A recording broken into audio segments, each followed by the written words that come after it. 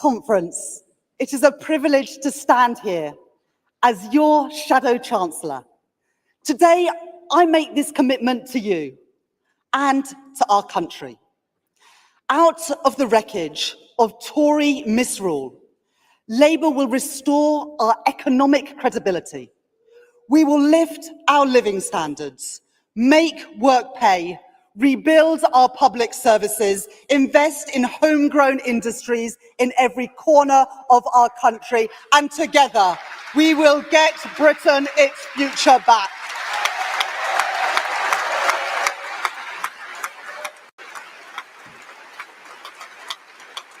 Week. For too long, we have gathered in these halls with the power to talk, but not with the power to do. 13 years of opposition to remind us of that eternal political truth, that it is only through power that we can put our principles into action. Under Keir's leadership, that opportunity is finally within our grasp, but only if we allow no complacency, only if we fight for every single vote, only if we work every day to show that we are the party with the discipline, with the determination, and with the vision to rebuild Britain.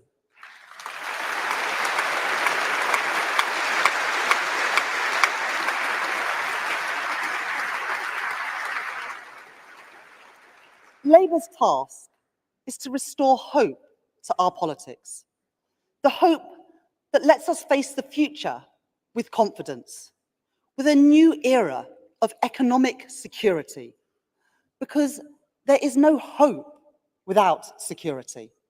You cannot dream big if you cannot sleep in peace at night. The peace that comes from knowing that you have enough to put aside for a rainy day, and the knowledge that when you need them, strong public services will be there for you and your family.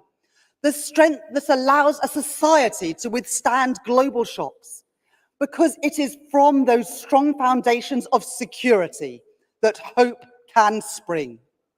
Conference, the choice at the next election is this: 5 more years of the Tory chaos and uncertainty, which has left working people worse off, or a changed Labour Party offering stability, investment, and economic security so that working people are better off.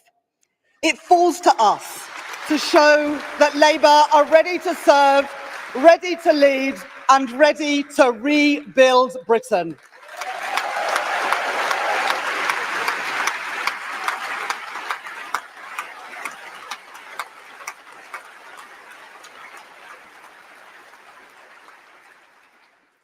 In chess, you learn to think several moves ahead. But even I couldn't have predicted the mayhem that we have seen, week after week, year after year, from this Conservative government. First, austerity, then Brexit without a plan, and then their kamikaze budget.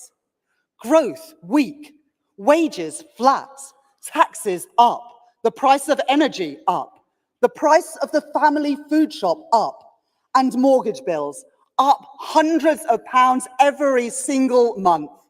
Never forget. This time last year, in their clamour to cut taxes for those at the top, the Conservatives caused market chaos, crashed the economy, and left working people to pay the price. That is why you can never trust the Tories with our economy ever again.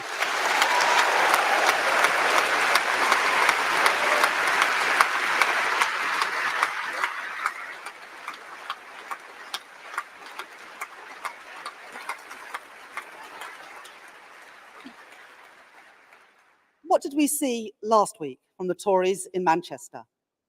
A government bereft of ambition for Britain, so ready for opposition that they're behaving like they're already there, looking inwards, not outwards, to the country, queuing to cheer the extremists rather than kicking them out of their party,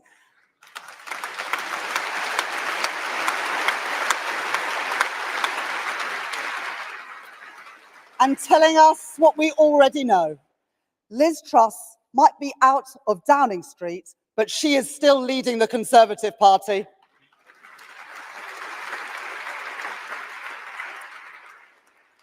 The one sensible thing that they came up with was their phased smoking ban, which we support.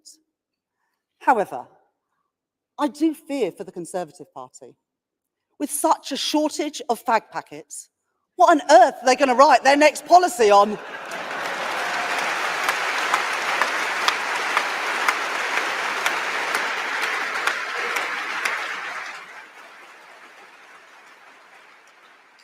And what about the Prime Minister? Well, Rishi Sunak had the chance to denounce the politics and the policies of Liz Truss, to make clear that he would never repeat her mistakes. But he didn't.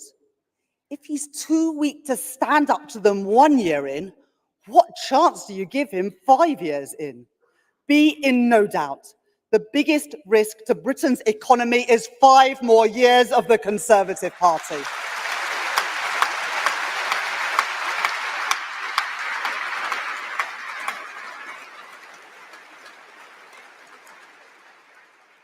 In contrast, Labour's defining economic mission is to restore growth to Britain. But it is no use simply claiming that we want economic growth without new ideas for how we can achieve it. That starts with understanding the world as it is today, a world that has been reshaped by new technologies, by the pandemic, by war, by great power rivalries, and by the climate crisis. In short, globalization as we once knew it is dead.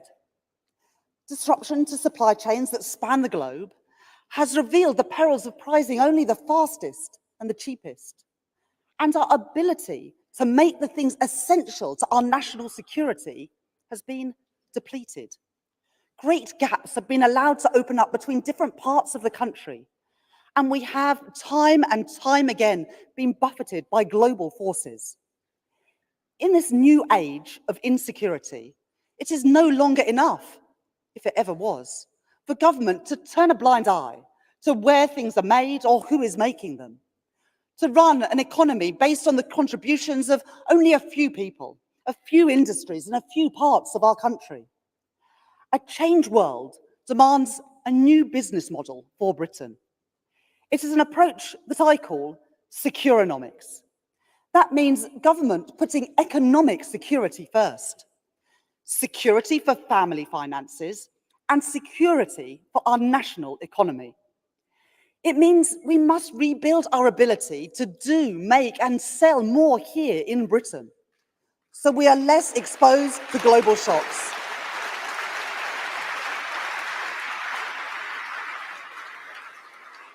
Governments around the world have come to understand this in a way that our government cannot. That wealth does not just trickle down from a few at the top, but rests on the contribution of the many, on the skill and dedication of those who work in our everyday economy. Care workers, postal workers, supermarket workers, and on entrepreneurs, innovators, and scientists. Growth from the bottom up and the middle out. An economy rebuilt in the interests of working people.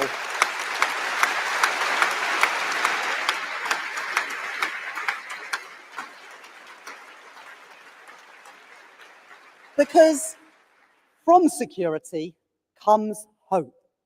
Labour will commit itself to rebuilding that security, to restoring that hope. Labour is ready to serve, ready to lead, ready to rebuild Britain.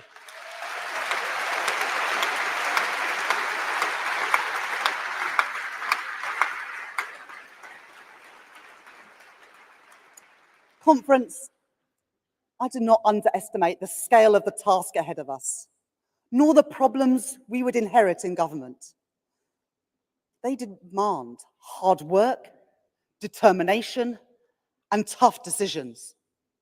The exhaustion of Conservative ideas does not give us the freedom to push through programmes detached from our present economic reality, or take for granted those people who we seek to represent.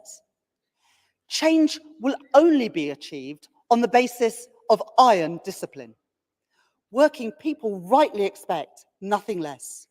Because when you play fast and loose with the public finances, you put at risk family finances. When the prices of food and energy and housing soar, it is working people that pay that price. Like the mum that I met in Scarborough earlier this year, a mental health nurse who had moved back home with her mum for 5 years with her young family to save the deposit to buy a home of her own, only to find that when she was on the cusp of fulfilling that dream, after all that sacrifice, that the mortgage costs that she would face outstripped her income, and she had no chance of meeting them. This is one of thousands upon thousands of similar stories. Stories I hear wherever I go, of people who have worked hard and done all the right things, but whose dreams have been dashed by the choices of this Conservative government, people who we must not and will not let down.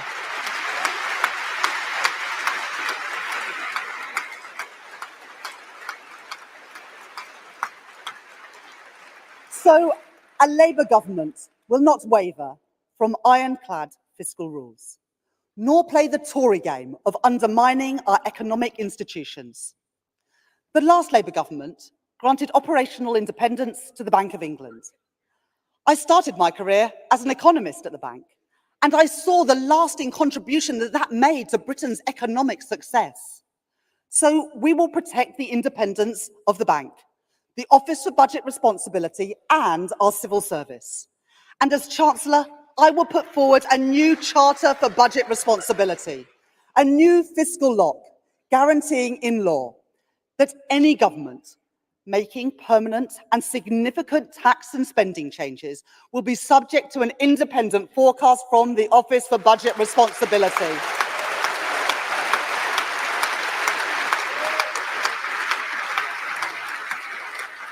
Never again will we allow a repeat of the devastation that Liz Truss and the Tory party have inflicted upon family finances. Never again will a Prime Minister or Chancellor be allowed to rush through plans that are uncosted, unscrutinised, and wholly detached from economic reality.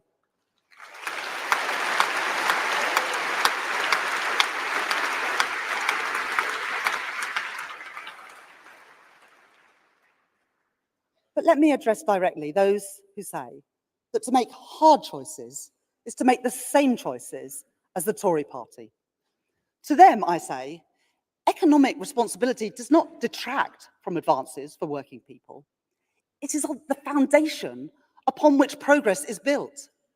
Hard choices, but Labour choices. The choice to back our high streets and small businesses by requiring online tech giants to pay their fair share.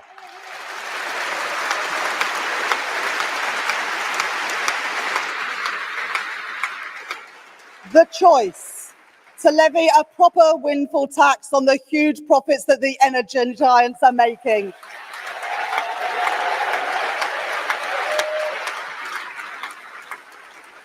So that working people do not bear the brunt of a crisis that they did not create. The choice to abolish the non-dom tax status and put that money into our National Health Service instead. Because, Conference, if you make your home in Britain, you should pay your taxes here too, and with Labour, you will.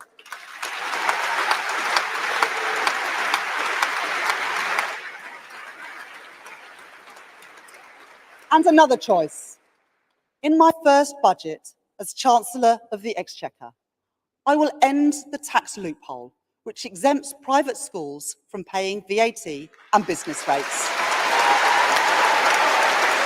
And, Conference, we will put that money into helping the 93% of our children who are in our state schools. And I tell you, if Rishi Sunak wants a fight on this, if the party that has herded our children into porta cabins while our school roofs crumble wants a fight about who has the most aspiration for our children, then I say, bring it on.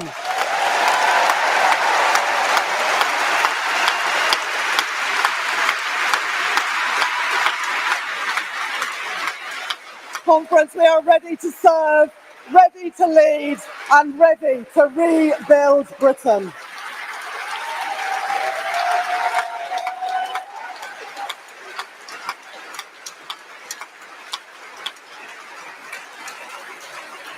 Thank you. I didn't come into politics to raise taxes on working people. Indeed, I want them to be lower. But the Tories have piled 25 tax rises on ordinary working people and businesses, while allowing the wealthiest to avoid taxes, keeping loopholes open, and letting government waste spiral. Taxpayers' money should be spent with the same care with which we spend our own money. I remember my mum would sit around the kitchen table with her bank statements and her receipts. We weren't badly off, but we didn't have money to spare. For my mum, every penny mattered. I learned that same lesson at the Bank of England. Responsibility must always come first.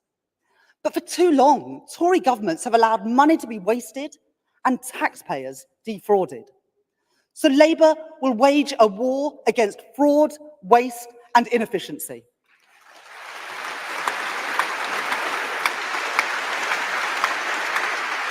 Today, I can announce 3 further fronts in Labour's war on waste. First, we will crack down on Tory ministers' private jet habit. What is Rishi Sunak so scared of up there in his private jet? Meeting a voter? Well, we will properly enforce the ministerial code on the use of private planes and save millions of pounds for taxpayers in the process.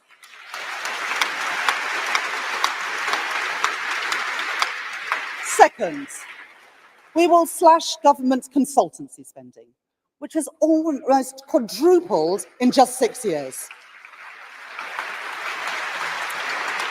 Now, consultants can play an important role, but taxpayers must get value for money. So we will introduce tough new rules. If a government wants to bring in consultants, they must demonstrate value for money. And if they cannot, that request will be denied. We will aim to cut consultancy spending in half over the next Parliament.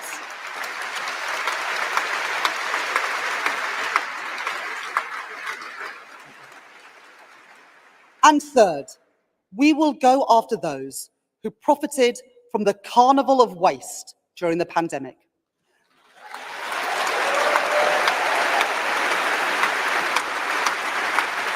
Today, the costs to the taxpayer of COVID fraud is estimated at £7.2 billion, with every single one of those cheques signed by Rishi Sunak as Chancellor. And yet, just 2% of all fraudulent COVID grants have been recovered. So I can announce today that we will appoint a COVID corruption commissioner supported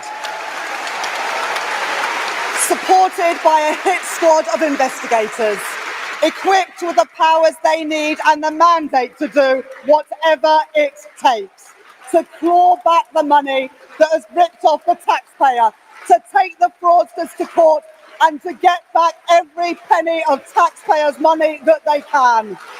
Because, conference, that money belongs in our NHS, it belongs in our police, it belongs in our schools. And let me tell you, we want that money back. We are ready to serve, we are ready to lead. Conference, we are ready to rebuild Britain.